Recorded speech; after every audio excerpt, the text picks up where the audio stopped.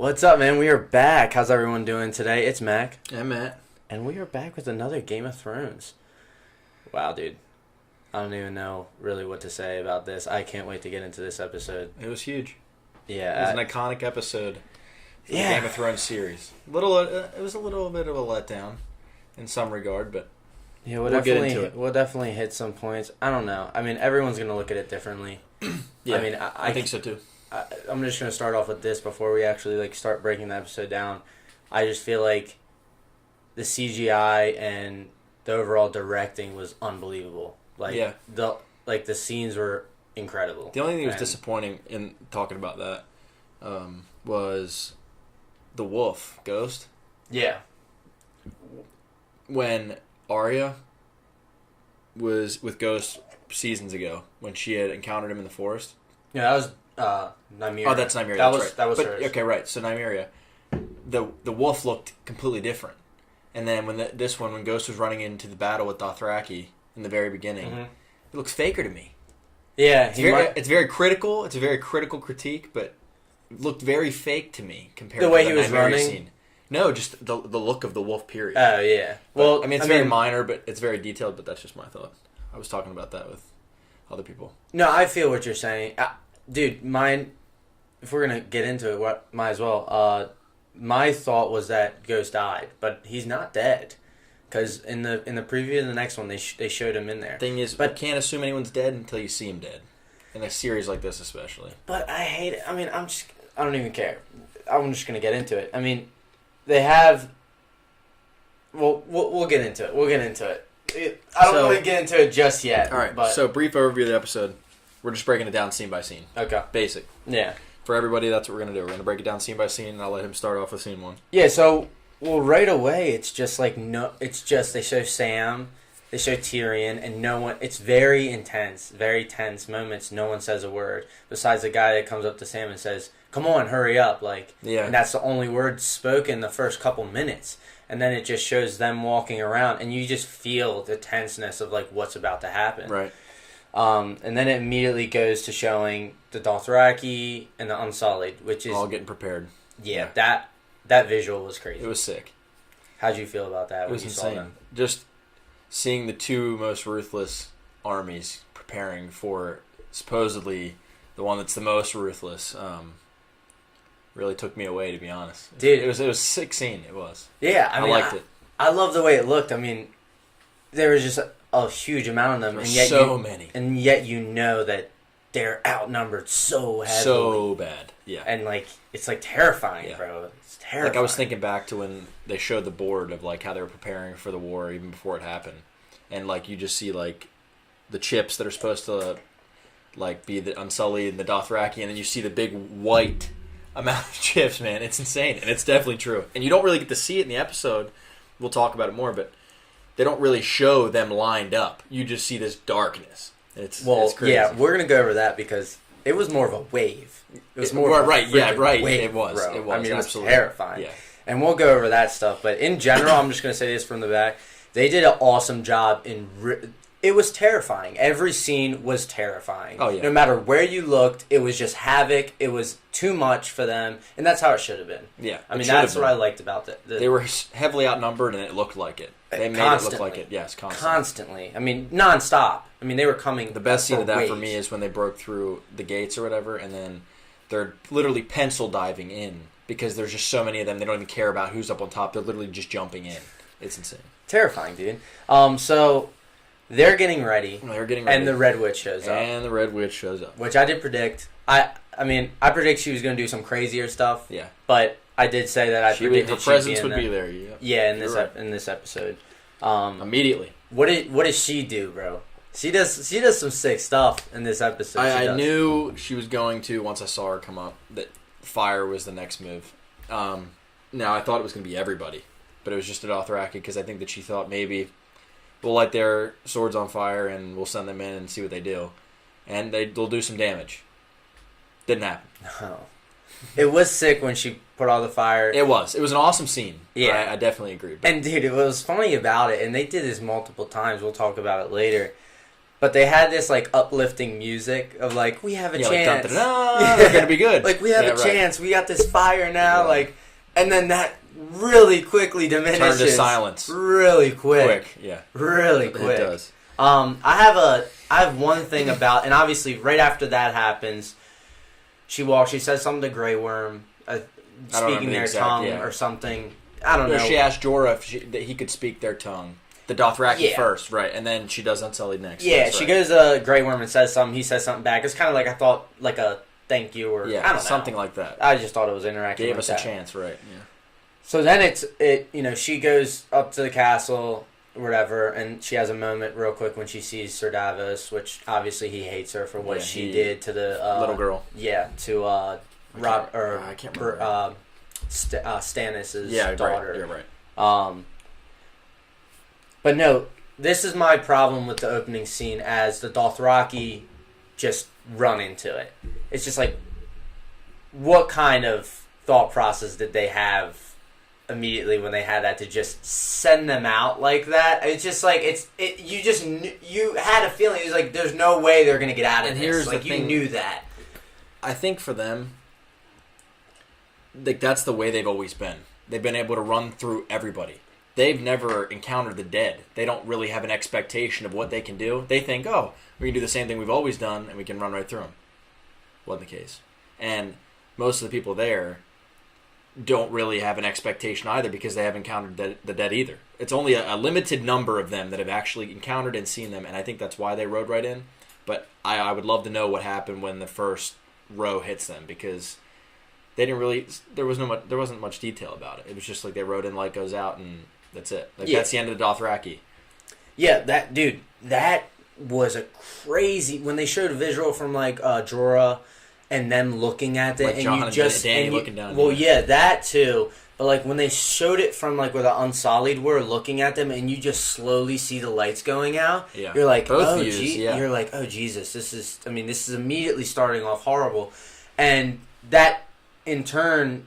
I mean, Dothraki get removed. I mean, there's no more. They're gone. There's no more Dothraki. And the leader of the Dothraki, at some point, they show him turning into a White Walker, but that's it. That's the only one you see. But yeah, so they get slaughtered. That's it of them. Yeah, and then obviously, so the plan for Daenerys and Jon were to wait for the Night King. They wanted, the whole purpose was for them to fight two dragons to one. And that was the purpose. But the second Daenerys sees the Dothraki get wiped, she can't help herself. Yeah. So you want to talk about that? So she goes in, and obviously we know they get killed by fire, so they start to knock down the numbers. Is it really doing any damage to them? No, because, they kill a wave of them, but there's already a new wave of them for the Dothraki that have been killed, so they've already been raised up. So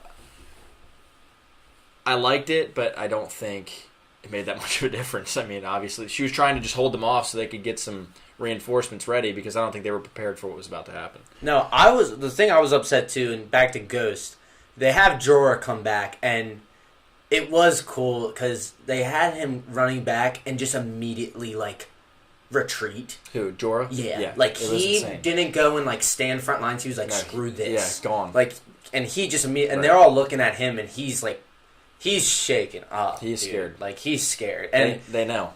And that's when everyone starts realizing, like, this is real. This is the real serious. Deal. Yeah. And back to the Ghost thing that bothered me. I mean, we heard the rumor, or apparently it's true, is that the reason he hasn't been in past seasons is because of the money situation. Apparently it costs a lot for them to CGI those wolves because of how big they are. Yeah. Makes sense. But they didn't want to put him in, which is just kind of annoying. But my initial thought was when he was running out with Jorah is they're just going to kill him now. You know what I mean? Like, they give him quick and they're going to kill him. And when Jorah comes back, you don't see Ghost. So the assumption he's dead. Yeah. And, I mean, I don't want to spoil anything the rest of the way. We're doing spoilers anyways, but you don't see him the rest of the episode. No, you don't. You just make the assumption he's dead. I mean, you ran into it, everyone got wiped, and Jorah comes back. That's all who comes back. Some Dothraki. But, like, I don't, like, the reason we know Ghost is alive is because of the preview for next episode. They show him in a clip, but it's just like that kind of makes me mad too. Right. Like at least show him come back. Yeah, like give him more of a presence. I mean, dude, they got wiped and he was there. Yeah. You know? Yeah. So then as the fighting starts to progress, this like winter fog starts to rise over. And, like, all in all, it makes sense. But, like, I don't know if it was just my TV. I don't think it was, because a lot of people have been complaining about it. The winter fog is just ruining everything. And you can't see anything. Yeah, that's whatever. Yeah. Yeah. So winter is here. And it's because of the dead. Yeah. That's the thing I'm kind of confused about. Because they always talk about how winter is crazy. And how it's just insane. Like the way, all this snow. And it comes, sometimes it comes every 10 years. Like it's ridiculous. Right. But then, in this, they portrayed that it's just the dead that brings it because, it seems like it kind of stopped after they all died. Right. So, that was kind of a disappointment for me because it feels like winter is coming, winter is here was one episode. Yeah, I definitely agree with you. Very confused. It was all hyped up. The hashtag on Twitter has always been winter's coming, winter's coming. And the hashtag now is winter's here, winter's here. This hype King's Night are hyped up to be the strongest thing. And now we're going into Battle of King's Landing next episode, which we'll touch on in the end. But it doesn't make sense to me. I feel like it should have been reversed. I really do. Yeah, we'll talk about that. We'll get into it. So then the first part, it just starts. It's Havoc is starting at this point. Yeah, it's just absolute chaos. The terrifying thing was, like you said, you don't really see the army. But the first time you get a glimpse is they're waiting for them to come, and you start hearing them come, and all of a sudden it's just a wave. They're on top. It's just rumbling. They're jumping off one another, dude. Yes, they're hurtling. And they're just looking up at them, just absolutely falling down on them. That's how many it is. There's nothing they can do, and to me, when you start hearing the rumbling and you start seeing them run at them, like they were literally running through them. They weren't running at them; they were running through them because there was so many of them and so much power behind that crowd that it was just like a stampede. Like they just ran them over. It didn't have anything to do with fighting. It was literally just running them over. And that was fascinating to me because I thought that maybe the shields of the Unsullied would slow them down. They literally ran through them. Yeah. Yeah. And that's another thing I kind of have a problem with just a little bit. Obviously, I'm nitpicking here. And it's not that I'm upset with it because no matter what, this episode was fun. But dude, it was a wave. It just felt like the way they came at them, that they could have just absolutely just dropped on them. The dead don't care. Right. So why, they should have just, they were doing that. Now they're showing all the characters fighting. Right. They're hitting Brienne, they're hitting Jaime, they're hitting this and that. And this is when the first person gets killed after he helps Samuel Edison. We said that. Yeah, we did call that. That was a prediction. We thought Grey Worm was going to be the first to die. We definitely did, but Edison, to see him go was not a surprise. And the way he went, dude, he saved Sam. He did. After he was even talking trash to Sam on the front, like, oh, you're here, like you had to show up late or something like that. Yeah. And yeah, he protects Sam and says, "Sam, get up." And as Sam's getting up and looks at him, stabbed in the eye. Yeah. Or I think it's through the stomach. Was it? Yeah, it's through the stomach. Well, he got stabbed. And Sam all of a sudden woke up. He just realized, like, all right, this is real. There goes my friend. And it's like, he was all of a sudden, like, although he was already affected, he saw, like, a brother go down, and he knew, like, this is real. Yeah. Yeah, so he's encountered one before. So he already knew what it looked like, but he didn't see him in such a mass number. And we've seen battles in the past with them. Like, obviously last season when they fought them, and then the one that's even honestly another one that ranks up there the best battles in the whole series is back when Jon was over there with the Wildlings, and he killed the first general. The first time he killed the general, that was insane. And then he gets on the water, and they're watching him, and he rises up the dead. That was like that was kind of similar. That was the closest I think kind of to this when it comes to just them running through everyone. Right. Because, last season it was just a couple of them and they got lucky they even lasted that long. They shouldn't have lasted that long. When he killed the general, was that time when they first discovered that killing a general kills a lot of them at a time? That's when he discovered, I believe that's when he discovered the whole dragon. He picked up or it was his sword. Yeah, his sword Valerian steel. Mm-hmm. I believe it is. It is. And that's when he realized it because he picked it up, and then that's when he made the realization. But no, back to this episode when Sam runs away. Dude, this is just it's just terrifying nightmare. It's a nightmare. Like all of them, they understand, and you can just see the terror and horror in their eyes. So then this happens where there's Arya's up with Sansa, and they're starting to make moves now. The army's starting to push them back, the dead. Yep. And Sansa is told to go to the crypt. Arya tells her, right? Yep. Go down. That needed to happen because you realize real quick that the people that can't defend themselves need to be hidden. Like quick. They need to be hidden. Yeah. Because the way that they're just running through Winterfell is terrifying. Yeah. And they're going to get outnumbered. So the crypt is the most safest place. Right. And then Jon and Daenerys are on their dragons, and they're up in this winter storm, and I might be getting ahead of myself, but like they realize that they're making such an advancement, and they have their traps set, and they want to light the barrier on fire, but they can't even see it. They can't even see through the winter storm to see it, so they have all these archers shooting with firing bows, trying to light the trench, but they can't because the winter is. Yeah, you're a little ahead, but that does happen. That's when the Red Witch comes up. And does The thing kind of next that they were doing is Jon and Daenerys were flying around as she was going and killing some of the dead and going through and helping initially them. She was, and then she went up too high to the point where they couldn't see. Yeah, well, and when that was the reason why the soldiers on the ground were even lasting as long as they did because she had to hold them off, right? Because of the dragon and her. Yeah, and the second the storm comes, I mean, Jon and Daenerys, they can't see anything. No. And that was... Dude, the one thing about this episode, too, it was just so dark the whole time. It's very hard to actually know what's going on at times. More of a question for you, but the one thing I didn't understand is... Because eventually, I know I'm jumping really ahead, but they encountered the Night King on his dragon. But it's talking about how dark it was as well. But, like, can he see through that? Is he able to see right through it and figure out exactly where they're at? Like, I mean, does he have the vision to see? They didn't really touch on how easy it was for him to find his way through that when it looked like Jon and Daenerys were struggling so bad to the point where they were about even falling off their dragon and couldn't even do anything about it.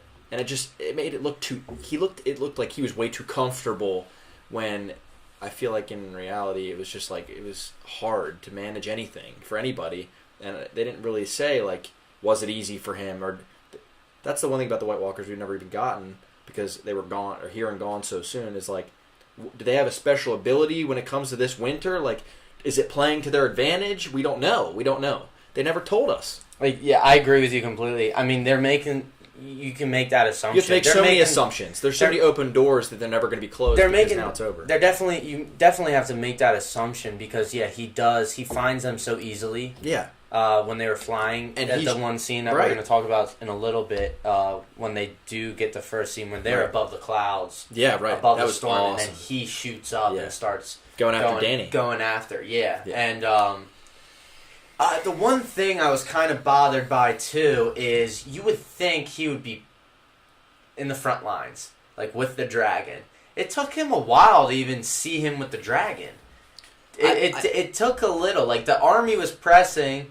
And they're going, and then they're looking for him, and then she's like, screw this. And then it takes a while for him to even show up. Agreed. And the thing is, like, I understand it to a point because, like, as we already know, or we can assume, is when he dies, they all die. So he plays such a pivotal role that they don't even want to risk him that early. He's willing to just sit up and, like, kind of orchestrate from above. But my thing is, like, the one time that we even saw him... when he realized that the army was getting killed and that they were making such an advancement with the fire and everything, he like looks down and he like commands them to start making the bridge and bridge the gap over the fire, like the fire trench. I mean, I know he has control over it, but you mean to tell me he saw right through the winter storm and orchestrated that? Like, can he see right through it? He was up so high.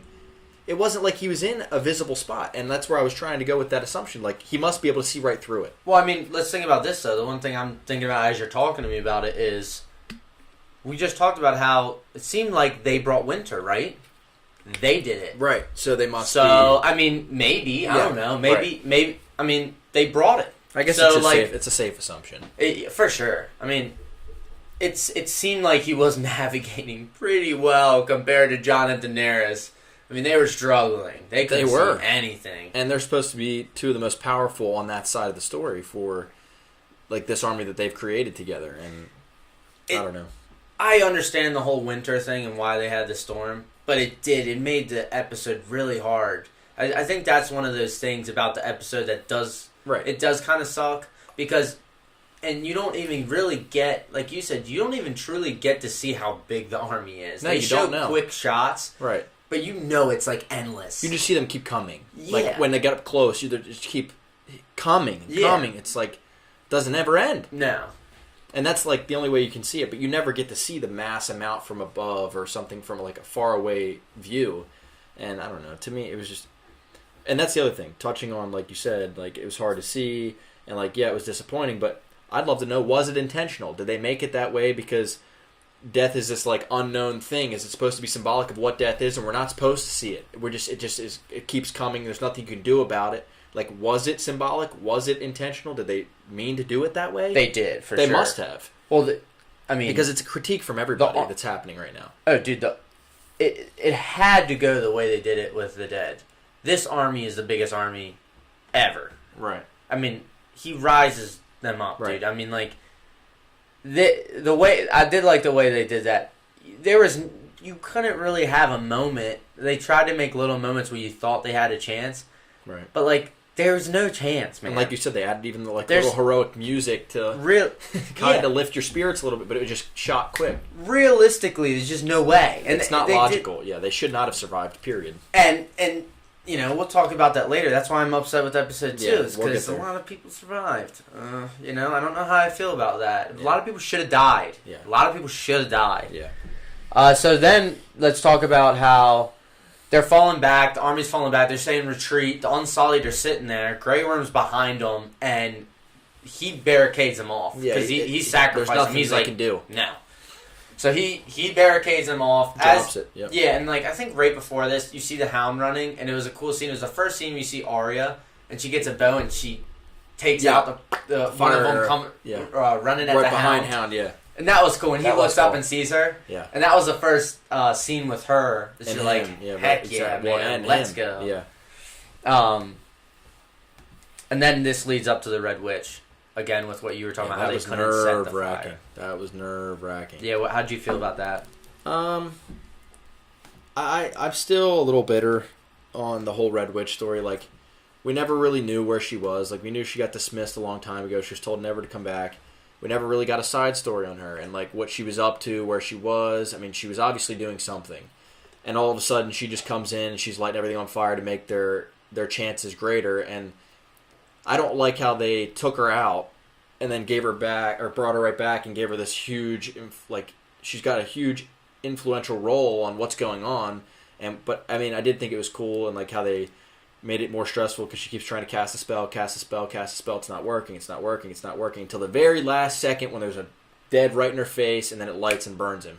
It was epic. It was awesome. But do I think that she's deserving of the role? Not so much. And I'll break it down later, but like, it seems like she's got some powers that we never even knew about, where she's able to tell stories and predict things kind of similar to Bran. And I don't know how I feel about that because, like I said, she was gone forever. And then all of a sudden we're supposed to just accept her back and take her as this huge character. Well, we can disagree, but... No. I mean, I don't disagree with you, but just remember this. Game of Thrones has always had smaller characters that you forget about come back and be big roles. Yeah, Gentry, for example. Gentry was gone for 4 seasons and came back, and there's a reason they even got out in this episode gets the biggest moment in the show. Yeah, but like the thing with the Red Witch is you knew she was something special, especially when the ending of the episode back in like season 4 or 5 or maybe even 3, I don't know. But when first time you see her as an old lady when she takes the necklace off, and apparently she's actually a couple thousand years old. Right. That's the whole thing. Right. And you know she's something. You know she's something special. Yeah. Like you know it's not. I mean she. I just would like to know where she inherited those abilities. Like not necessarily inherited the abilities, but like where they came from. Because like I don't want to spoil it now, but what she says to Arya and like kind of making this prediction. It seems to me like she's kind of predicting the rest of the show for us and spoiling everything. And, like, does she have that capability? Does she have that? Like, is that her thing? Well, I don't know. I want to touch into it later, but Yeah, I definitely think it's I think it's simpler than it seems. Do you think it's just a statement and that's it? No. Do you want me to get into it now or should I wait? We'll wait. Okay. I mean, I think it's simple when I say it, but we'll figure it out. So then we have this interesting. They go to the crypt now. Sansa I mean, makes obviously, it down there, and obviously before this, there's constant fighting. They're showing the characters throughout this whole thing. So even though we're going like these each character, scenes, they're bouncing through individually, showing battling and like breaking it down and making it emotional. And then they finally reach the crypt to let you know what's going on down there to give you an update because they didn't get really touched on until it took a little bit. Yeah, and Sansa and Tyrion have this interesting conversation. It's kind of weird. It was weird. So yeah, touch on that a little bit. They're up against. Was this before they were up against the wall? Before the dead reach down there and they say what did they exactly say? So Tyrion mentions how they should just joking around. Yeah. Mentions how they were married. Well, was it a joke? Huh? Was it? Well, that's the thing. Like, just like but he's lighthearted. it seems that at first he's trying to make a conversation. Yeah, he is. So he says, yeah, we should be married. And she says, yeah, well, you were the best. You know, out of all the monsters right, that and all she the was monsters with. she was with, right? And he cracks a joke and says, isn't that terrifying? Yeah, you right. know? That she's saying he's the best one, right? And then they mention how maybe they should still be married. Yeah. And like is kind of, you know, you take it as a joke, and then Sansa kind of like takes it serious, and she says, "Well, we can't do that." Yeah, and he's like, "Why?" And then it gets serious. It looks like they're like future planning something. It is weird. It is definitely strange. And then she says. Then she brings up Dany. Right. She's like, "If we did that, it would cause a divide, and your queen would not like that." Right. But it was interesting how she didn't just say, or she didn't just let it go. Like, she just kept dismiss like, it. Yeah, she kept going with it. Yeah. For sure. And yeah, that was interesting. I didn't expect that at all. I just thought that was crazy. It was weird. And then we get to the next part. You want to touch on that when we first see Theon and Bran at the tree? Yeah, they kind of have this like moment where it's kind of they got to reference back to Theon and give him sort of his heroic role, and of course he's the one that was willing to defend Bran at the tree, and he wanted to be serving the Starks, as he said, and I think that he's doing it in the biggest way possible because obviously they're after Bran. When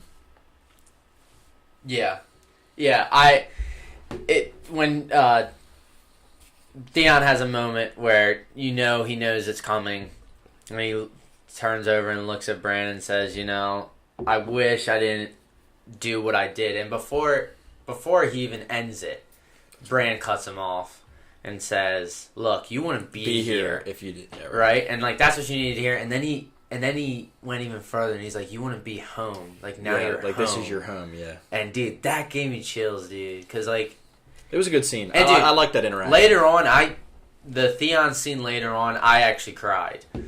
I did. It was big. I got teared up because it was a big moment. Yeah, dude.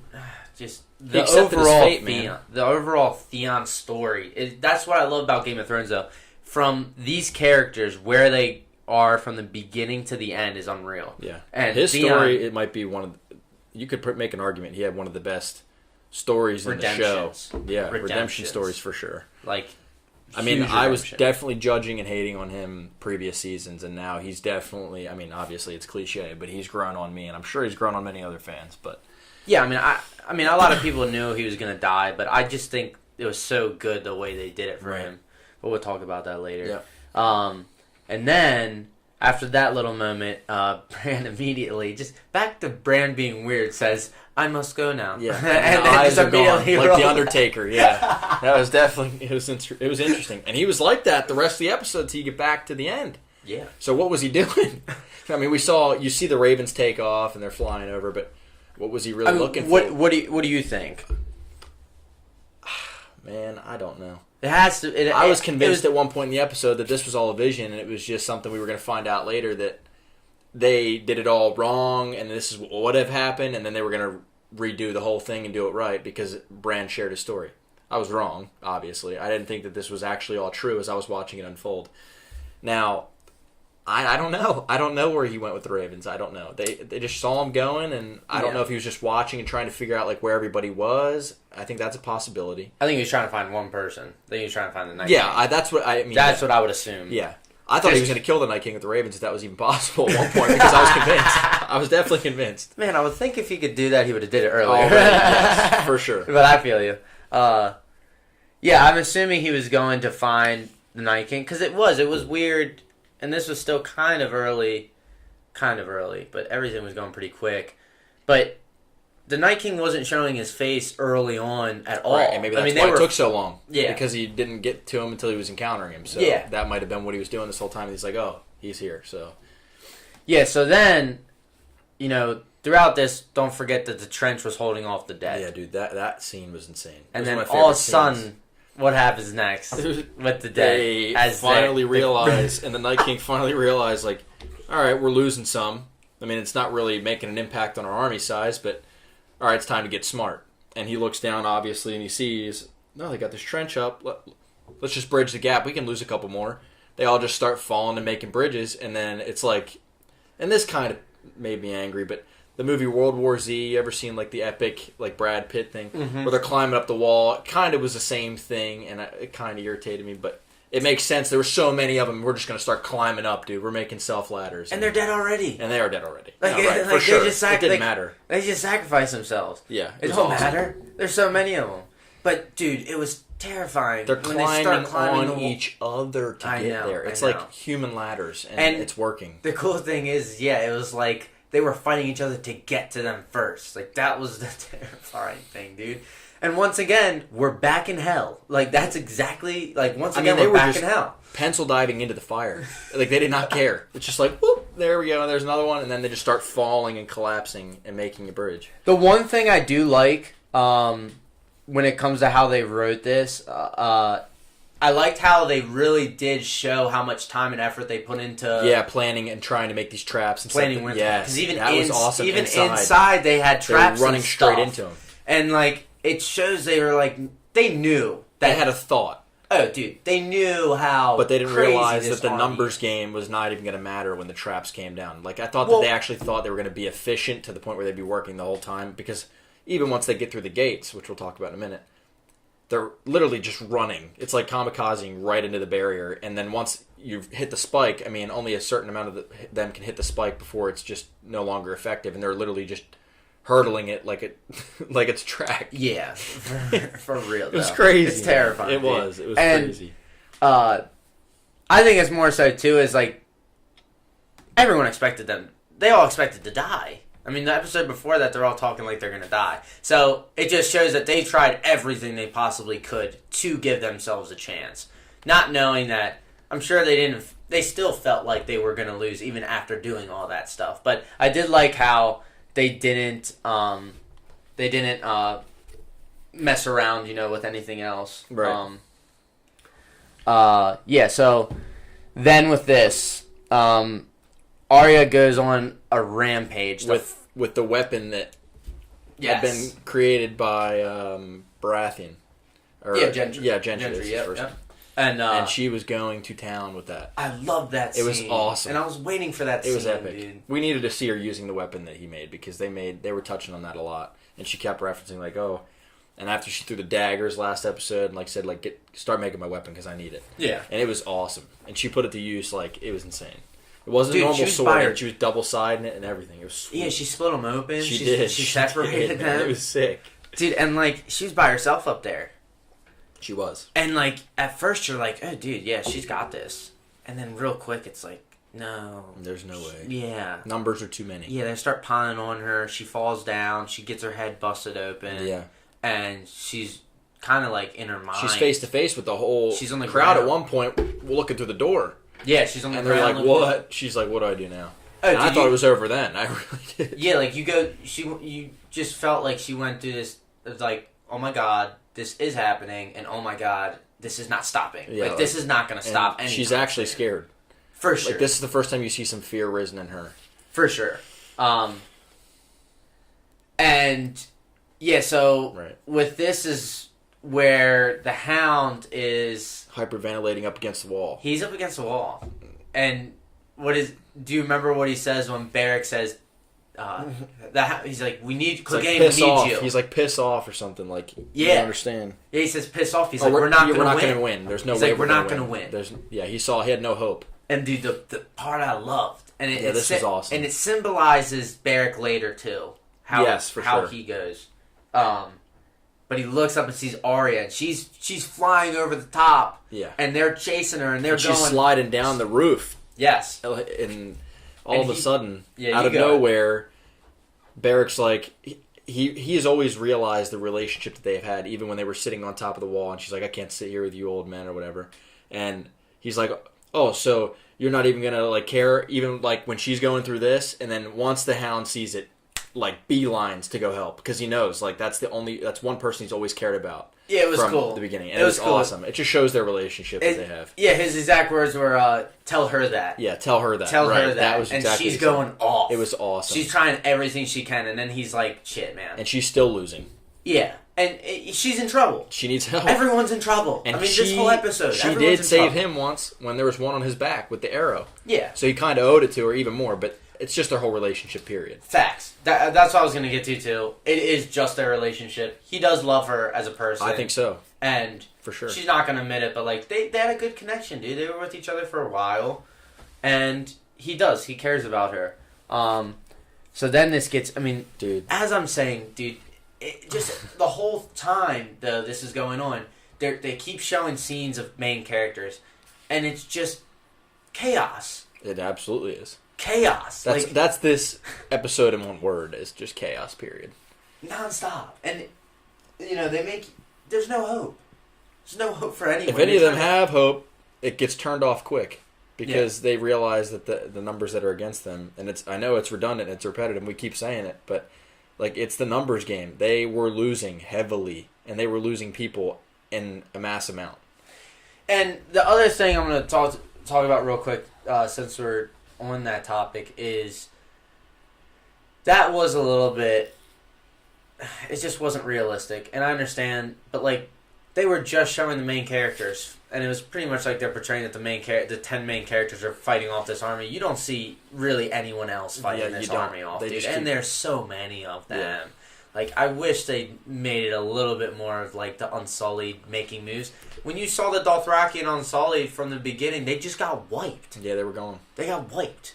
And then it's like, I understand that you're portraying these characters, but, man... It's like kind of similar to the theory and the idea of the movie 300. Like 300 Spartans are just killing everybody else, and then even though it's a numbers game, they can defend it. And I understand why they played, like they were so focused on like the main characters, was just because it was just a play on emotions. You keep seeing them.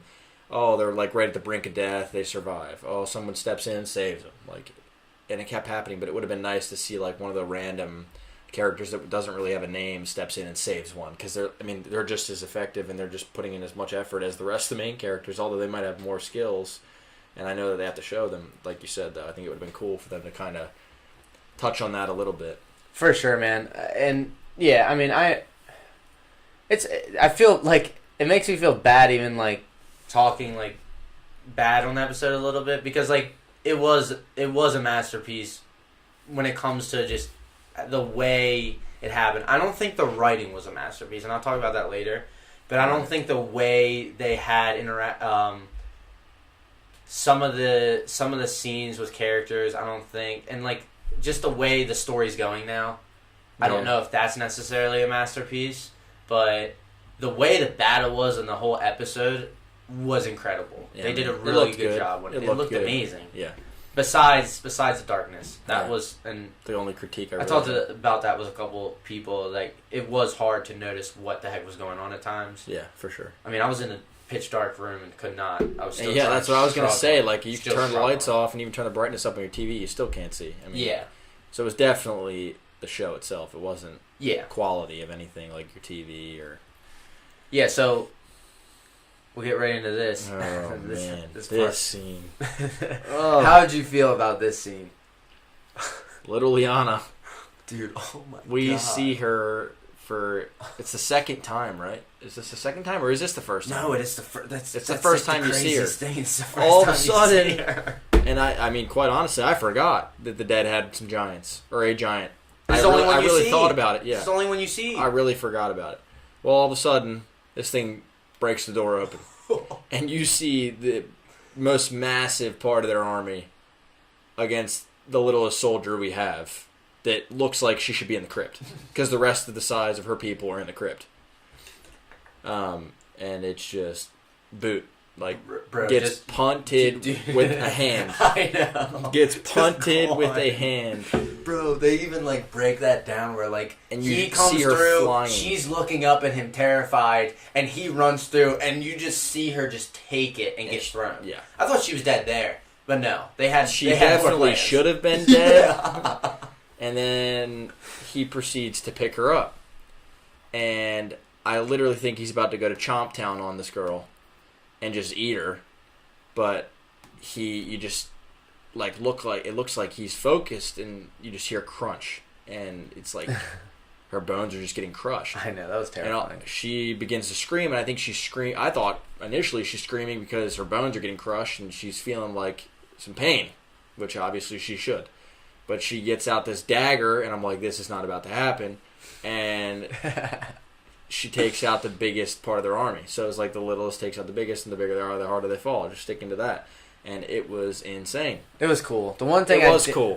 The But one- go ahead. the I one- agree with you here. The one thing I didn't like about it, and it was an awesome scene. I can't believe they did that to Liliana. It was a monumental It was scene. cool that they did that. I didn't think they were going to show it, and I said that. I said that she was going to die, but they were not going to show it. She was just going to be dead. And I know you know where I'm about to take this, but it's actually different than what you think. I'm going to have Okay. you hit on that point, because I know what you think. But I'm actually going to talk about it was unrealistic of the dead doing what the giant was doing. Like, Okay. the way they dragged that out, how he picked her up, slowly crushed her, slowly brought... I mean, I understand they're changing stuff, but, like, dude, these dead... They're savage. They're just trying to... I mean, every other scene, they're just trying to jump on you and just take your head off. Yeah, and this And, was like, going I understand slow he's a motion giant. and given a chance. Yeah, they're giving... Yeah, and, like, that's the only thing I kind of... Like, I like the way they did it, but I'm just saying, like, that's uncharacteristic of what the Army of the Dead is. Like, they what just... they're They're doing. trying to kill you as quickly as possible. Yeah. They're not trying to, like... It's not like I agree. a human trying to, like... I still agree. You know, but I wanted to point that out. Like, I liked it, but I thought that was... It was just uncharacteristic. That's what I said. But you hit on the other point. This though. is your other thought that you had mentioned before we even recorded or started recording, but the fact that little Liana is, yeah, she's like, I'd say she's maybe second tier, maybe early third tier character, and she's getting this huge monumental moment in the whole series of Game of Thrones, and it's debatable whether or not she's the character that really deserves that kind of a scene. Seriously, though. Because in Seriously, reality, anybody that giant picks up, he's squeezing and crunching their bones. I mean, yeah, it's kind of showing that maybe little delicate girl, it's easier to kind of portray that and like kind of make that noise, but anybody he picks up, he's crunching the That's bones. the thing in with his little hand. Liana. You'd think he'd literally squish her. Yeah, like with his thumb. No, seriously, though. Not with a palm, and she, like, you'd think that she'd be ripped in half from just the Exactly. pressure of No, the squeeze. seriously. And anybody else, like, quite honestly, I think that could have been a great moment for them to end Tormund, and that would have been sweet. An axe to the eye, something like that. I think he's more deserving. Well, dude, Dude, we're gonna hit. It's We're gonna. debatable. Yeah, and I agree with you. She got the best death. Like, technically, So far. I think so. Yeah, for I think sure. she got the most monumental death for sure. This season. I mean, Yeah, obviously, that's- past season there's no other argument, good yes. deaths and That's stuff. absolutely. But like the this best death season so far. so far, I mean, that's the best death, Yeah. and in the biggest episode. And we already talked about it. A lot of people don't die in this episode. We did predict Liana. Huh? We did predict Liana. Yeah, but that just seems so easy. But I didn't think it was going to be like that. Well, I know. So. So yeah, that was a crazy scene though. No matter what, they really dragged that one out. That was pretty crazy. So it was a stretch. Yeah. So then we have the big fight with the dragons when they're up above the clouds with the Night King, and the Night King finally finds Daenerys and is like torching her with the blue fire from behind. And I was kind of questioning for a second because obviously she's a Targaryen and she can't be killed by fire. I was thinking maybe the blue fire maybe had a different effect. It could do something because it's like ice. I've never really thought about that, but what did you think? Yeah, I don't know. I actually never Did you like that scene? Huh? Did you like it? That was the reason I liked that scene is because you actually could see shit. Like you could see through the sky. Yeah. Yeah, like for the second once, when they got up above the storm. And that was sweet. When you see the stars and everything, and they're up that. And then they start fighting up there. It's like, dude, why couldn't this just be like this all the time? And because then otherwise they can't fight. That was my favorite scene. This whole episode. I agree. When they're up above the stars and the Night King goes back down, and then you see Dany and Jon just back down in it. I think just the effects, the way they created that scene, it was awesome. And I liked it. It was one of my favorites. The one thing, for sure, I was curious about going into this season was, are they going to have Jon ride the dragon in battle? Because personally, I wanted him on the ground, and I thought the way the Night King, how OP is with his throwing thing, I was like, why would they fly him? Because he's just going to take him out. I'm glad you mentioned that. That was one thing that I really also wanted to critique. When he kind of like gets off of Daenerys and kind of Jon and him and their dragons are like nipping at each other. Come on, man. The power of the spear and everything that it can do, he could have poked it and it would have been dead. For real. And he then all of a sudden like just didn't think about doing anything and lets the dragon like bite and fight. And then that's when Daenerys he wasted on Daenerys after Daenerys like knocks them off of fighting one another, and then he goes after her and tries to do it and misses.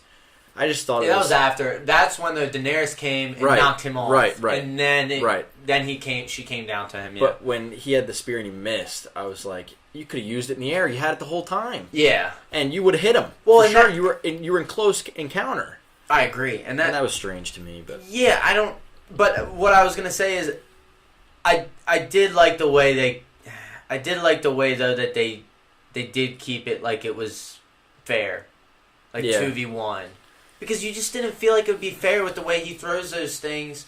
And, like, my whole thing was the way he threw him. I was like, why would you want to be on the dragon when he could just take you out of the sky like that? Yeah, that's true. And, but I did like the scenes with them, and, like you said, when they were clawing each other, and then she knocked him off. The cool thing about when she knocked him off is he's just falling kind of like straight down. I don't care. Like he did not care. Because he knew nothing's going to happen to me. Like, it doesn't matter. I'm still going to kill you guys. Like, that was badass. I like that. Nothing was going to happen to him, and he knew it. And, so what is next here? Then after this scene, right after this scene is when Arya, because after the Hound kind of helps her and they kind of get in a better situation. She gets away. She starts running through Winterfell. And this is where she's by herself. In the library. Yeah. And she's running through the hallways. She goes to the library, and they're everywhere. And she's using her freaking stealth ability, dude. You can't hear nothing with her, dude. She's cool. Crazy. That was cool. And that was the Faceless Men. That's what taught her that ninja skill. Yeah. How did you feel about that scene, though? Honestly, do you think she should have made it out of that room? I think she's the only person that could have. That's what I'll give it to her. I think when it comes to the ninja stuff. Yeah. No. I'm cool with her making it out, but I mean, I'm cool with, I knew that she had the stealthy ability and like she had it enough to get around, but when the blood starts dripping, she's already been focused on so much, and like the White Walker hears the blood, he's standing right next to her, and then like I already predicted it. I knew that the White Walker's not going to just get down in her face and stab her and kill her that quick. It wasn't going to happen like that. But I just think that she's gotten so much attention this episode, had so many close encounters with like the dead. It's either like just too unrealistic, or it's just to show how much she has like behind her, like how skilled she is, how powerful she is, like as a character, how much they value her, because like she looks like the top one now out of everybody. She's the one who's the most dangerous. She can protect herself the most, and then that's what it seems like to me. I think she's the strongest character when it comes to everything. But this is one thing I wanted to. This is one thing that I was thinking about, and the other reason I kind of was pissed for the ending. Yeah, a little pissed for the ending. Okay. Go ahead. Real quick though, I just want to say this. I was just a little disappointed, obviously, and I'll talk about it. Didn't like it. But maybe the next episodes make it better. They could easily make it better. Yeah, we'll see. So we'll see. I don't know. Yeah, like I for all I know, the next couple episodes could be the best I've ever seen. But one thing I noticed is when her blood dropped, how that little bit of noise caught their attention. Yeah. And absolutely. The way it ended, I'll talk about it later with Arya. Just out of nowhere? Yeah, I mean, there was... She didn't make any noise? There was thousands of them. I agree with you. 100%. And then she comes out of nowhere, which, I mean, they're portraying that she's kind of like God. I mean, but, I mean, they're just portraying she's special. Yeah. But, like... I completely agree. There was... Like I don't know how she didn't die. Well, obviously I know why, but I'm just saying, like, the way... If you break that down, it just doesn't make sense. No, it doesn't. You know what I mean? Like, if you break it down, the little blood is what caught their attention, and she gets through thousands. I mean, at that point, I agree, there's 100%. Thousands of them. I agree. So that's one thing. So then it gets to this quick scene back in the crypt. They go back to the crypt, and they're just hearing these guys begging above. They're not. Oh no! At the door. Yes, at the door, trying to get in. Yeah, dude. Let us in. Yeah. Screaming. And then all of a sudden, sudden silence. Dude, that was one of those terrifying. It was so scary. It just shows it. They did a good job. It was just mayhem. They did do a good job. Just mayhem, dude. They did do a good job. No one is safe. But that was horrible. You could hear. I liked the acting was very good. The way it's just pure horror you hear in their voices, and then it just goes to silence. Yeah. They just get run through. It's definitely scary. Please open up the door. Please open up the door. Like, and then it was wild. Silence.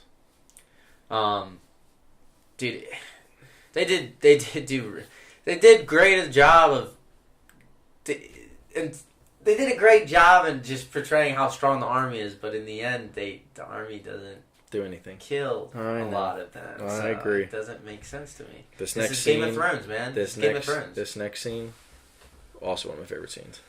Yeah, with Beric Dondarrion when we see him go. When they're also, how do you feel about when that? They're also in the castle Winterfell, and like him and the Hound are running around together, and then they eventually are like, "Oh, we're trapped." And then they see Arya when the door falls down, she's trapped, and then Beric's like, "Okay." The Hound kind of activated when I told him like, do it for her. Yeah. And he's like, all of a sudden he throws the sword, gets the one off of her, and kind of saves her, and then they're running through the crypt, and the Hound tells Arya, get ahead of us. Like, kind of giving her the head start to see if she can get to a room before they do. Then the Hound starts running, and Beric just, like, you see him grip the wall. And he's just getting, like, stabbed and clawed at and eaten. And honestly, I thought that was it. And I think it was a great way for him to go out. It just shows him as a character. And obviously, like, we knew he wasn't going to come back. But the thing that was really shocking to me was that he still was able to make it down that hallway and get to that door and fall in that room. Yeah. Well, he's a warrior. I couldn't believe it. I couldn't believe it. Like you said, the way he held that and was just getting mauled. It was awesome. And just taking it. But what does this show? He is a guy that's always been brought back for a purpose. And he was willing to accept the finality of it. But what was the purpose? The purpose was to save maybe the promised princess, maybe whatever you want to call it. This could be your argument for her to be on the throne at the end. Could be, depending. As much as she made it through in this episode, I would love to see her. I could see it, but and that's his purpose. That's why he lived, and the Lord of Light brought him back. Yeah. And then immediately the witch, after he dies in her arms, tells her, he was brought back for a purpose, and he served his purpose. Yeah, and immediately they just tell you, right? And immediately you're like, he's done. Yeah. But immediately what his purpose was, to save Arya. Right. And then the Red Witch, like you said, is in the room. And then go ahead. What does she say? Well, yeah. Talk about the eyes. You say what you said. Huh? I'll emphasize it, but you say what you said. Well, she says, she's like, you've killed people with brown eyes, green eyes, and Blue Eyes. She ends with the Blue Eyes. And a lot of them. And a lot of them. She expands on. And they've met each other before when she took Gentry. Yes, and right. told her that she'd meet her again. Yeah. And this is when she And that's meets where her. I, like, see... This is, again, where you get to see, like, the predictive power of the Red Witch. And I've never really, like, caught on to that. I didn't know that she had that ability. I don't know. I'm unsure about it. I still am. I mean, think about it, though. Think about back... You had to have known something. I mean, think about when she sent the ghost to go kill Stannis' brother. Right, I know, but... Remember that? Like, yeah, I do. She's always had these abilities. And what, to me, and I was going to wait till the end. Yeah, I want to... But to me, it's just the purpose of a god. Like, a god serving good and protecting the prophecy. Like her. Like, the prophecy. Right. Arya's the prophecy that was promised to me. That's the reason she kills the Night King. I mean, she is the Red Witch, I guess. It's just a magical element just of to the me, witch. I feel like Beric and her serve as a god. Right. In this world. Right. In person. And that's how I feel it is portrayed, and that's how I feel the Lord... Or that, the Red Witch is portraying this whole time. And then she tells her. She's the best... Dude, it's the best thing when she says to her... She says, what do we say to the god of death? And she says, not today. Yeah, that was awesome. And the last time that she heard that was from Syria Farrell. I think Syria Farrell. And that was the guy that trained her. And remember that... It's still one of my favorite scenes. Back when Ned Stark was still alive in season 1, and she starts training with him, and Ned's up watching her, and he's got this smile on his face like she is going to be special. Right. And dude, like, yeah, it gives me chills thinking about it. But Syria Farrell, he was actually, one thing, I looked into him because he was an interesting character. He sacrificed himself to save Arya too. Right. They all came running in to get her, and he just started trying with a wooden stick. He's trying to kill off like 20 knights. Right. But the one thing that was interesting is, I didn't know this about him, but his religion was of the many-faced god, which is exactly what Arya went and trained in Braavos. So that was interesting to me, and it once again it brings them all together that the Red Witch says this to her, and then it comes up again. And I don't know what that connection is. Is it that everything Arya's been through has been because of a god set her up that way? Like Syria Farrell, like the many-faced god when she went to Braavos and saw the many-faced god, and then the Red Witch, and then Beric doing this. Like, has it all been for a purpose? It seems that way. It seems that everything she's been through has literally brought her to this moment. So it seems like a god laid it out for her. She was a prophecy. It's very possible. And that's the way I take it. It's a good theory. That's the way I take it. But the thing that's significant about what the Red Witch said to her about the brown, green, and blue eyes was, I don't know exactly what the brown eyes signifies, but I was doing some research. Obviously the blue is the White Walker, and then the Night King, which we find out at the end, spoiler. But the green eyes, when I was researching it, like, Cersei's known for her emerald green eyes. And is this the prediction here that tells you basically how the rest of the story is going to play out? Time will tell. I hope so. But I kind of want Arya to do it. I just don't know. I don't know. The only other person I actually would, I don't even necessarily want to see Jaime. I'd actually want to see Sansa, but she doesn't have that in her. Jon won't do it. Huh? Jon's not gonna. Well, that's just not. Yeah, and that's just also like Jon doesn't. But give a like shit you were about talking Cersei. to me that, like, the prophecy of the Lannisters is the younger one has to kill. Is that supposed to play out? Yeah. Yeah, I mean, it's a theory. Is it supposed to play out? The younger brother's supposed to or kill. Is somebody going to die and Arya's going to take the face and then she's going to do it and then technically she's seeing Lannister? I don't know. I don't know how it's going to play out. Yeah, going back to the whole brown eyes, green eyes, and blue eyes, the brown eye was apparently Wilder Frey. Is that the... Wilder Frey, the guy that... The red wedding. fingers in the cake? Yeah. Is that, okay. He's the one who did the red wedding, which that killed makes sense. her That's mother right. She and did, yes. Robb Stark, and he has very brown eyes, Yeah. like nothing but brown. Yeah, that's right. And so it was That makes portrayed sense. that she. No, that's probably is, exactly what it is. Yeah, now that I think about it. And that was about dude, that I love that. Arya's that scene. She's done sick shit, dude.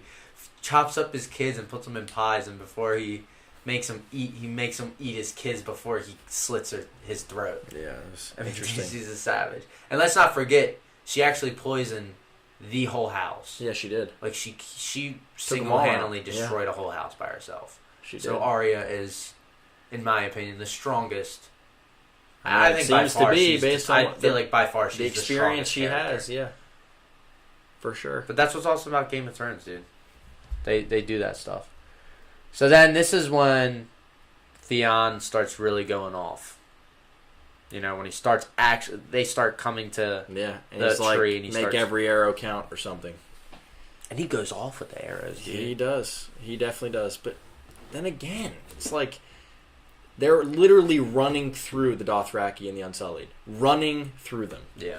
They have this mass amount in numbers, and you have, I'll go out and roughly estimate, 15 guys around a tree with bows, and they're not running through them to get to Bran. I mean, it just goes to show, like, what characters they're really valuing, because it's not realistic. And it's not a logical thing. Yeah. There's no way you're pulling arrows and getting and holding them off that long. There's no way. Yeah, and they do eventually have him run out, but even then, it seems like he had 50 arrows. Yeah. He just eventually runs out, and I don't know. Yeah, I do like the way he ran out, and then he starts going off with the spear. He picks up. He does, and that's awesome. That was cool. And but they're all gone at that point, and it's like the Jon scene. It's one against many, and it's like, how do you make it out of that? Yeah. So I don't know. But we're gonna keep saying it. It's a redundant thing from multiple characters. Like how are they making out of this? Yeah, but we also knew the second Theon agreed and volunteered and said, "I'm going to defend Bran." For sure. But he was doing everything in his power. Still, no matter what, the purpose was that he held him off long enough.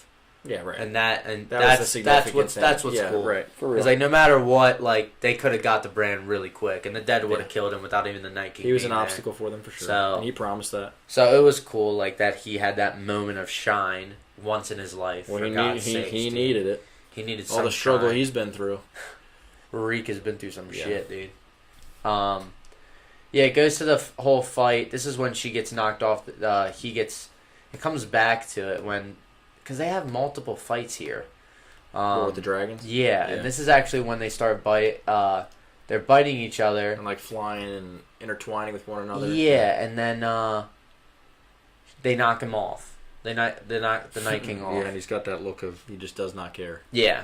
He's and then just gracefully falling. And you know, they through the once clouds. again they make you feel like he's gone. It's like no, like you know that. So then she goes down and sees him, and he's just sitting there like looking up at her. And he's got the spear ready. Yeah. Waiting for it. He was already waiting for it. He knew she was going to come down. And then they drag him. He missed. She says Dracarys. Dracarys. Yeah. And then I already knew. And then he comes out. And you knew it. I mean, I've been a strong follower and believer in the theory that he's a Targaryen. I don't know who. And we're never going to know who unless they make a spinoff, but he's got to be. Yeah, I don't know, though. He's got to be. They're the only ones, they live through fire. He has to be. I mean, I understand that concept. It wouldn't make any sense. But the only reason I don't know is because the only thing that's said is like when they ask Bran, can he be killed by dragon breath? Right. He's like, I don't know. It's never been tried. And like, I don't know if that's enough to be like, oh yeah, he's a Targaryen. How do you know that it's just he's for some reason built different than the other ones? You know, like I don't know. I just feel like it would be dumb for them to make this thing like the dead and everyone, like the only way you can kill them is with fire. For them to not come back, it's irreversible death with fire. Yet he walks right through it. Well, I agree, but it's just strange. It just shows that he's a powerhouse more so than them, and that why does he have a special ability? You don't know, but he's definitely different than all of them. The Night King's different than the generals. He controls them all. Yeah, I agree, but I don't know. But this is the thing too. If he was a Targaryen, they would have emphasized that. But maybe that's the point of the spinoff. And is he really that much different than a general? Because he is. He's stronger, but if you kill a general, whoever the generals are commanding, they drop too. So it's essentially the same thing. Yeah, but he just is above everybody. He definitely, though. Yeah, I agree. But they put an emphasis on him, and the way he's looking at Bran, and the way he looks at Jon, and the way he looks at Dany, like. Jon could have been dead. Was he keeping Jon alive because he knows who he is? Yeah. I mean, there's so many different ways you could take it. Like we said, there's so many doors open. But in my opinion, he's got to be a Targaryen. It wouldn't make any sense to me, and I I wouldn't understand it. But then, like, I don't know. They just and they I know, don't I know answer. we're gonna. They just don't they have answer. To, they have to answer it though, and it's, but they're not going to now. And like they if could a spinoff maybe. Yeah, but like what? The Targaryen side of it's so unknown. I just heard that a spinoff was canceled because they were starting one and they canceled it. So like if they do a spinoff, it's gonna take years. Well, like a long time, like potentially like a Me, decade. I'd like to know. But like, there's no like they're gonna make you wait a decade for that. I feel like that's not gonna happen. And just the way they ended them in general, they don't answer any questions. That's just one thing. They don't answer any questions. That's the train I've been on from the beginning. Well, no, I'm not saying you're wrong, and I think it would be cool. Well, no, we won't know. I actually think that there's a better possibility it's a Stark. Just really? Because the whole thing is the children of the forest.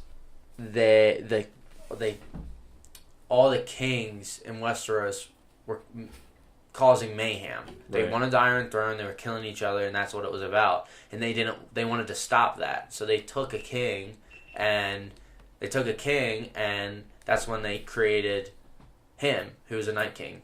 And when they created him, it was just the purpose of them building a perfect person right. and then to rule, and then even when they actually show the Night King when he gets, and like, I mean, I'm just spitballing here, but like he doesn't have the Targaryen look. He has short hair. He doesn't, right? And I just like you. I mean, I'm not. All the Targaryens are very similar when it comes to long, either dark black or mainly blonde hair, right? Bleach blonde. Yeah, right. And white hair, really. It's not even blonde. It's literally white. Yeah. But like I don't know. I just feel like that would be an emphasis. So, but the other reason is the way they also talk about it is how there's always a Stark at the wall. There's been a Stark from the very beginning of the wall, and apparently they took the king who was created into apparently the Night King. They took him from the wall. That was like apparently in the books they talked about that. Right. So it was just assumed that if it was someone at the wall, it was a Stark, which could be very possible too. I don't know. You never know. And shoulda, coulda, woulda until they make something. We're never. I'm gonna tell you this. Even never know. I don't think we're gonna know. I'm just telling you. We're spitballing. I just feel like it's dumb. I feel like it's dumb. I feel like it's disappointing. It is very disappointing. That's probably the better word. And I relate this to Snoke in Star Wars. They portray that this guy's the most powerful being, dead. And then he gets killed by some dumb shit that shouldn't have even happened, and then you have no idea what he even was. I mean, they portrayed Snoke was there from day one and was running everything, even above Palpatine. Agree. And I know I'm going off, but I'm just saying it's the same way with this. You build up the Night King and the White Walkers from episode 1, and then you just have them die and learn nothing about it. Yeah, learn nothing about him. He's making nothing. Yeah, I agree. And that's what I hate when they do that stuff.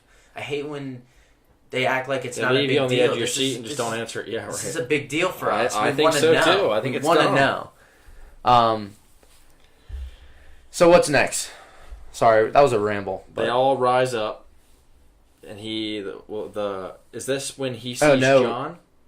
Oh yeah. He's getting surrounded, but it's as he's rising up the dead, as Jon's trying to run and beeline for him because he knows what he's about to do. And as he's lifting them all up, it starts going from each character that has died that we know of, which were Lyanna, Edison, the Night's Watch guy, and then the leader of the Dothraki. They rise up and they're White Walkers too, and you see their little eyes like blue. Yeah. And it was a pretty cool scene. I liked it. I mean, I thought there was going to be bigger deaths that we would see as White Walkers, and that was kind of what I was also thinking. Maybe they were going to bring back some old characters that would be White Walkers too, and they would show them. Yeah, like Hodor, that'd be sick. Something. Yeah. That'd be sick to see Hodor. Yeah. So. But then this is when it starts where Jon is surrounded by thousands, hundreds, it's like unrealistic thousands. Situation. And like when they last show him before they go to the next scene is him in this bubble. Like he is surrounded. Yeah, there's no way out for sure. And I mean, something's gonna happen, but you're just like, why are you making this just like the most unrealistic shit? And when they showed it, I'm like, you gotta be shitting me, right? Like he's gonna. But what really made me mad was when they. What really made me mad was when they came back with it, Right. And they came back with him, and he's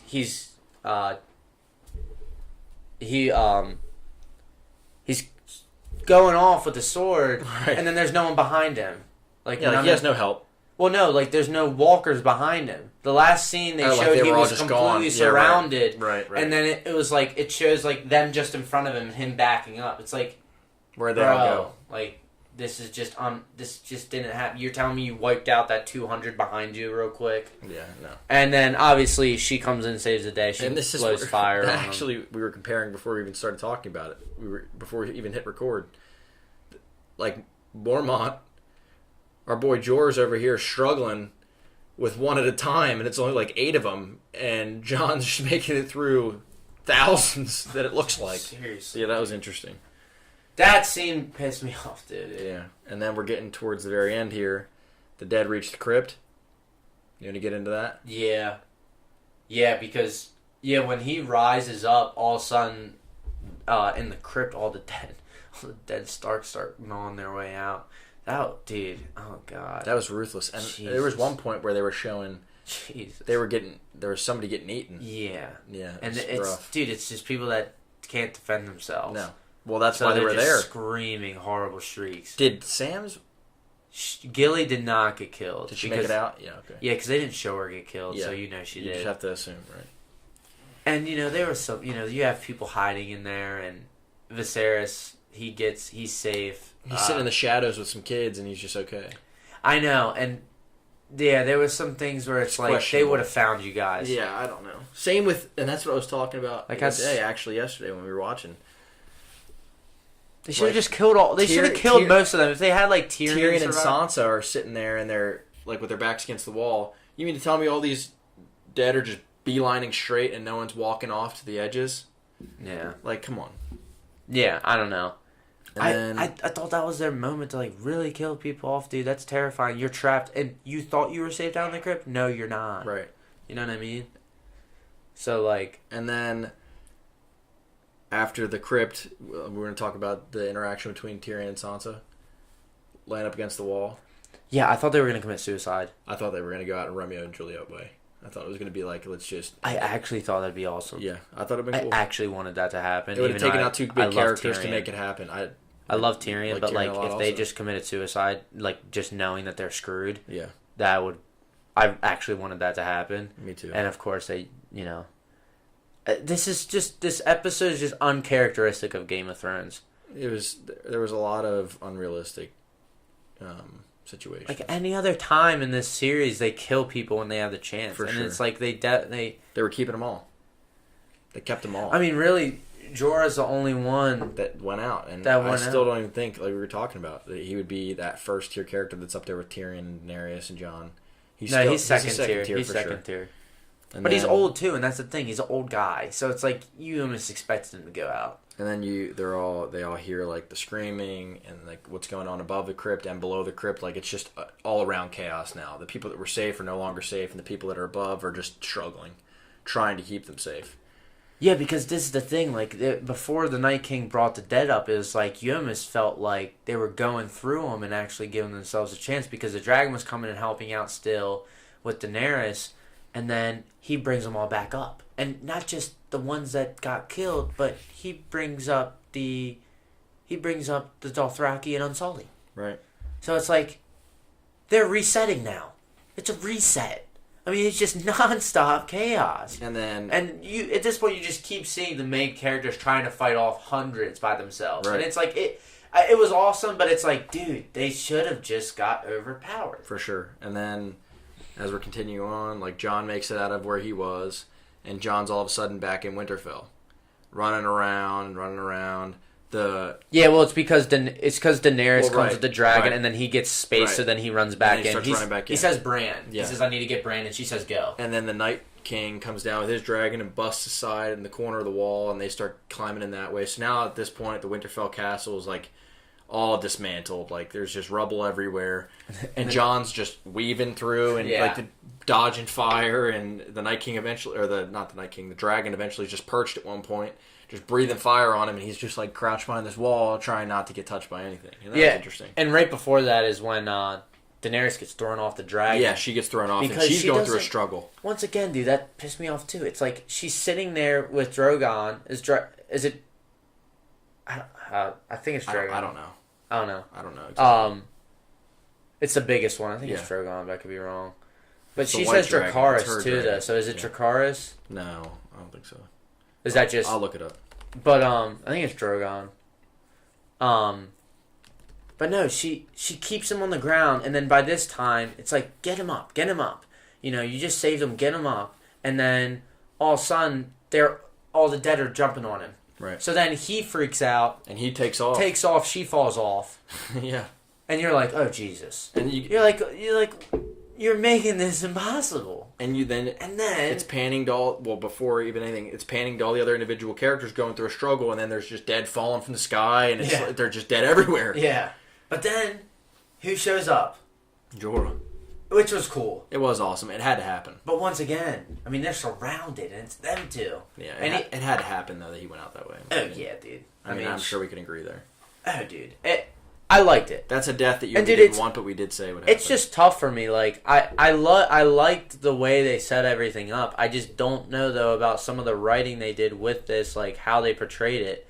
I think if they killed a lot more bigger people, I would... It's crazy to say, but, like... Would have been more satisfied with the It episode. would have been, man. I don't know. The but Sansa and Tyrion thing, if that would have played out the way I thought it would have been satisfying. Because it would there's just no been way that they're good- all it's making just it been out. It would have been a Game of Thrones way to go out. or dude. Sam. I mean, as much as I didn't want to see him go, Well, like dude, he would have went. Him, dude. He had three gets- close calls, and he's still out. Dude, the one was like he was on the ground with two of them on top of And him. biting John him. sees And it lets him and go. he has to go because he can't. He has to Sam go still get is Bran. alive. Yeah. And he's still alive. The next time they show him, he's like have nothing on him. It's like, dude, Sam somehow just took out three of them on top of him. It's like that's unrealistic. Whatever. No, but Jorah went out in a good way. Yeah, I think so. And dude, he was going off. He got stabbed like 5 times and was still defending. Yeah, it was a sweet And he death. like stood up. He got And- stabbed yeah, like he 4 did. times in the chest and stood up. Still And Knight coming kept up. fighting. I mean, that was badass. And then we get to the point where the Night King's here, and it's for real now. Yeah, Theon at this point is going off. Yeah, he is. He's like He's literally God tier. slaying. Yeah, he's God And tier. then They just he looks back at Bran, and his eyes are still flipped. Yeah. He's still in Undertaker mode. And then at one point, Theon, he sees the dead, and they start opening up. Yeah. And here they all come. And then he looks back at Bran, and he flips back. And Bran's like, what does he say to Theon? He says something to I him. cried here, dude. I forget what he said. So he looks at him and says, You're a good man, Theon, or something like that. yeah, he says Theon, he says you're a good man. And he actually says thank you to him. Yeah, he says thank you after you're a good Which man. is crazy because if you remember when remember the girl and boy that was with Bran from the beginning, Yeah. and the boy sacrificed himself, and it was actually Yes. Ned Stark's best friend who saved him. He wasn't even thankful. Yeah, like he He just didn't kinda even just made it he assumed. didn't. Yeah, he And the kind girl of was like, pissed. yeah, he the little kind girl. of. I think did he say thanks to her? No, He might have. no, he did not. Did he not? He did not. And then she said, like, he died He's like, for "That's you, all and you you're not gotta going to be say," or thankful, and that's all something. you got to say. And Something, he didn't. yeah. I mean, he might have just said thanks, and then it's like she was. I don't like, remember, but I don't. She was pissed that he was not acknowledging thought- the fact it was a sacrifice. Yeah. And this one he did. Yeah, which I was thought it was huge, big that and he you're said right. thank you to him. Yeah, for sure. And dude, you could just see in Theon, he's like, It's over. it's done, and That's when he grabs it and goes. yeah, And he's charging at the Night King, and then you have this scene. and it's you're just him like, trying to do something. There's no way. It's just him trying to do something, and dude, yeah, And just he gets grabs the tip of the slaughtered spear, and breaks just turns it around so quick. Yeah. I teared up, man. Theon's been through a lot of stuff. You know what I mean? For so, sure. and then this is when actually, Jorah. Actually Jorah's dies. still dying. Well, close. Jorah's dying. He dies at the end. Jon's still trying to fight this dragon by himself, but he's mainly hiding. But it gets to the point where he stands in front of him trying to, like, do something or just accept defeat. I almost felt like he just was going to let the dragon just blow him Yeah, up. I did too. Like, at some point. Like, seriously. he was just done with Chase. Yeah, Chase. Yeah, I agree. and I felt like he was doing it. And that's when Bran, I said this too. I said there's gonna be a moment when Bran and Night King look each other in the eye, And it was- they were right next to each other. Exactly that. It was crazy. And what was interesting too to me is like Bran like acted unfazed, and then he turned around and like slowly looked at him, and then they to me, kind of his facial expression kind of changed a little. It was almost like, oh shit. Right. Which, like, he hasn't had that because he's just different. He's the Third Eye Raven. Right. And then all of a sudden, as he's going for the sword to kill Bran, we see him, like, turn around on a dime because he knows what's coming. And Arya's just flying through the sky. You just see her materialize out of fucking nowhere. She's just flying. Nowhere, dude. Flying out of the sky into his grip. Like, there's nothing she can do. And then, at first, I didn't really think that she was the one that grabbed it and killed him. Because, like, I didn't see her arm dangling. And then when I watched it back, obviously it was her. And when she dropped that dagger, and it just, like, it was sweet. You know what the justice about that dagger is, the whole scene was awesome. You know what the... Yeah, I know exactly what it is. Like, how that was Littlefinger's dagger, but... Yeah. That was the one that was sent to kill Bran. Yeah, and Bran gave it to her. Huh? Bran gave it to her, didn't he? Yeah. Yeah. Yeah, which was but like it was just interesting that was the one that was supposed to kill Bran back in the day. And he knew, obviously, this was going to happen, so when he had the dagger and he had given it to her, he kind of just set her up. He could have known. Yeah. I don't know. He could have known. But yeah, she drops in her hand, does the whole like ninja shit. It was cool. Right to the thing, and then they're all dead. Yeah, it was awesome. Arya is the savior. It was pretty sweet. Then that's when, Jorah dies. We see him finally die in her arms. In her arms, and then the Red Witch starts taking off outside the front of the gates. And takes Sir off Davos the is watching. And Sir Davos, I thought, was actually going to kill her. I know I already told you that, but obviously. And the thing that I didn't understand that. Did you understand why that happened? What? Why she went out and said that she was going to die? Her whole purpose was that she said it multiple times. She's got to come back one more time, and then she will die because of it. And her whole purpose was. So was that a suicide thing? No, it's just she's kept herself. I mean, she's thousands of years old. She's kept herself alive for this moment. That's what they're portraying. Okay. So that she was accepting her death after that and just resting. Because when she took the necklace off before. To me, it was like as long as it's on, she can stay alive. So, like, I just thought it was like a suicide thing, and she was like, it was justice for everybody else, but she wanted to come back and serve that purpose that she wanted to serve, just so Davos could also be like, it was just satisfying for everybody. I looked at it like a religion kind of statement, because Game of Thrones is heavily around religion. Yeah, like all of these different religions and stuff, and I just looked at it like that, as like almost like a god coming here, and then it's like you can only be here for so long, and then you gotta go. And then it's like, you served your purpose, now it's time to go. Right. So, yeah. That's I don't know. I wish she would said something. Yeah, like, explained. Like, she obviously knew something. But it's, like, consistent with but, like, is what it just that they didn't care? They just don't want to answer questions for us. So, real quick, what are you going to rate the episode? Let's go from 1 to 10? Yes. I don't think, in my opinion, it doesn't top Battle of the Bastards. I mean, I'm gonna get some. Yeah. I'm gonna get some. No, Battle of the Bastards is, in my opinion, the best fight scene. I think it just made the most sense. It was the most dramatic, and like this one, just because of some of the circumstances that these people were in and how they made it out of it, and now that most of the people that were alive then are still alive before it even happened. I think a 7. I'd agree completely. I think it's like an average. I'll give it an average. I just think it was kind of disappointing because, ironically, who's the biggest evil? It's Cersei. Apparently, and that's not what they built it up to be. No, but that's what it is, and that's interesting. What they're telling us. That's interesting. Is that the actual threat is Cersei? It's not the Night King, it's Cersei. Which makes no sense, but I wish it would have been reversed. I mean, I think everyone did, man. I mean, but like you said, now it's hard to reverse it because geographically, the way it's set up, they have to come from that way to get there. And now it just sets up for someone to be on the Iron Throne now. Like honest, and yes, and that's how it's going to have to end. And but some people thought that it wouldn't even be a thing, and there was also a point. Like I was just hoping that they were going to kill everybody. Everyone was a White Walker, and they go, "I'll march down to Cersei," and I don't know. I feel like that could have been even more entertaining than what the situation right now. I'm interested though to see what they do with it. So I'm assuming that my thing is their army's wiped, and now they're so outnumbered again. This could very well end that Cersei wipes them. Yeah, and the only thing it could I don't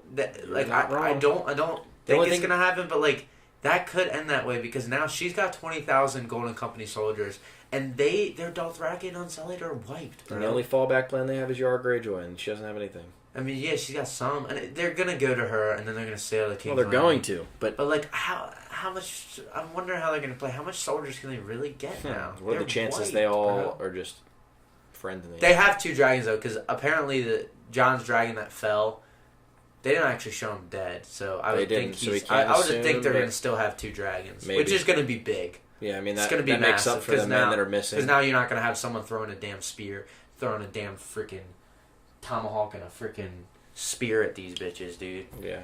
You know what I mean? It's not going to be as easy for Cersei and them to take out these dragons. For sure. But yeah, any predictions or anything you want to talk about before we end 10, this? right? Huh? 7 out of 10, you agreed? Yeah, man.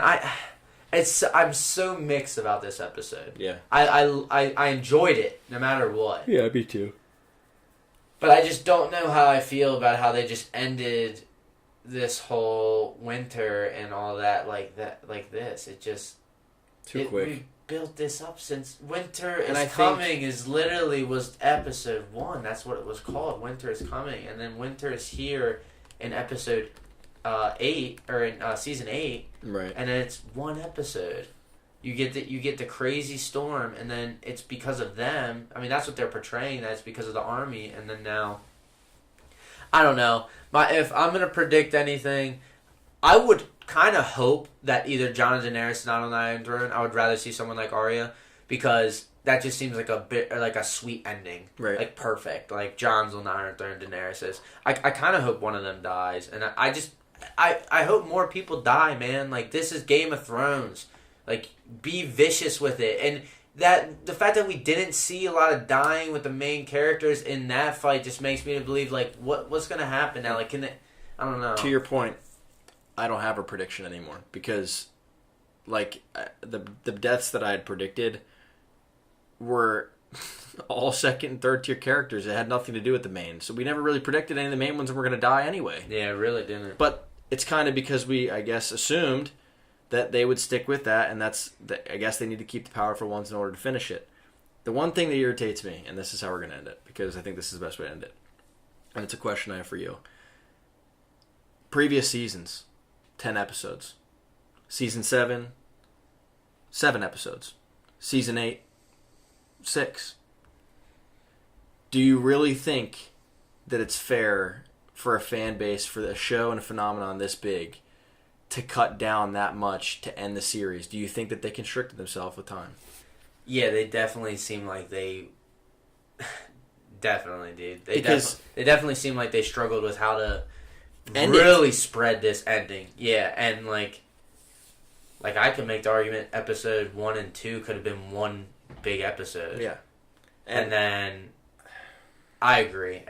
Dude, and it's kind of disappointing. It is. And like I was kind of disappointed at the end. Like I love seeing Arya in that moment. Like I loved it. I mean, I love Arya and I love everything about it, but like it's just like that's not how this episode was not how Game of Thrones is. It should have been so much more of a slaughtering, like, of these characters. Like, you should have been really broken down. And they didn't capitalize on that. I think that they should have. And also, we already know, obviously, that this past episode that we've already watched, the Battle of Winterfell, and this Battle of King's Landing, are longer episodes. They're not that much longer than a normal episode, to be quite honest. For how long these battles should go, in my opinion, it's not long enough. And they've cut it down to 6 episodes, and just adding 2 episodes and making them 40 to 50 minutes longer and maybe doubling your episodes still isn't enough for me. Last night blew past, bro. That hour 20 minutes was fast. I know. It definitely really was. Fast. And to me, what that says is, like, as a series, like, the fan base wants a great ending, and we've invested so much time and watched.